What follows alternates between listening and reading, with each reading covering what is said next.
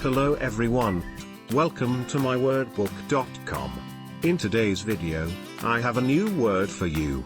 Let's find out what it means and how you can use it on daily conversation. Unacceptable. It is an adjective.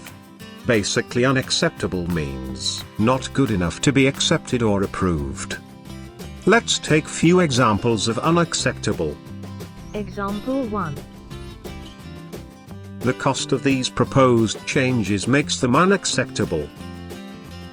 Example 2.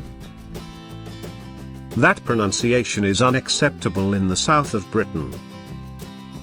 Example 3. It is totally unacceptable for children to swear.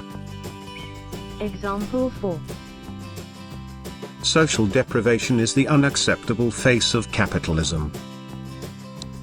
Example 5. Noise from the factory has reached an unacceptable level. That is the end of today's video. Kindly share your suggestions on comment box below. And don't forget to like and subscribe to our channel. Thank you.